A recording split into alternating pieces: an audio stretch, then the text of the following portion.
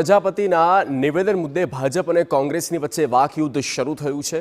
ભાજપના પ્રવક્તા જયરાજસિંહ પરમારે કોંગ્રેસ પર નિશાન સાધ્યું। નૌકા પ્રજાપતિનું નિવેદન અંગત છે તેવું તેમનું કહેવું છે। નૌકા પ્રજાપતિના પરિવારને પણ અનામતનો લાભ મળે છે।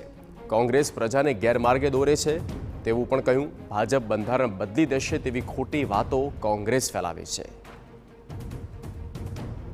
વિચાર છે વ્યક્તિગત હોઈ શકે। આમ તો નગરબેન પોતે જ પ્રજાપતિ સમાજ પણ બક્ષીપંથ સમાજનો છે, એટલે અનામતનો લાભ પ્રજાપતિ સમાજને મળે છે।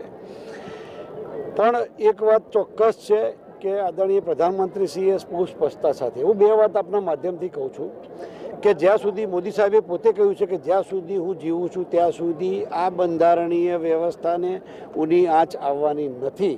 કોંગ્રેસના આગેવાનો વારે ઘડીએ બંધારણ બદલી દેશે, બંધારણ બદલી દેશે એની વાતો કરી અને જનતાને ગેરમાર્ગે દોરી છે। અનામતની વાત પોતે જ જાતિવાદ ફેલાવે તો ચાલે, એ ધર્માંત કરે તો ચાલે, પણ બાકી લોકોને ઉશ્કેરી અને પોતાના મતનું તરફાણું કરે। પણ ભારતીય જનતા પાર્ટી હંમેશા વિકાસની રાજનીતિથી જ આગળ વધવા માગે છે।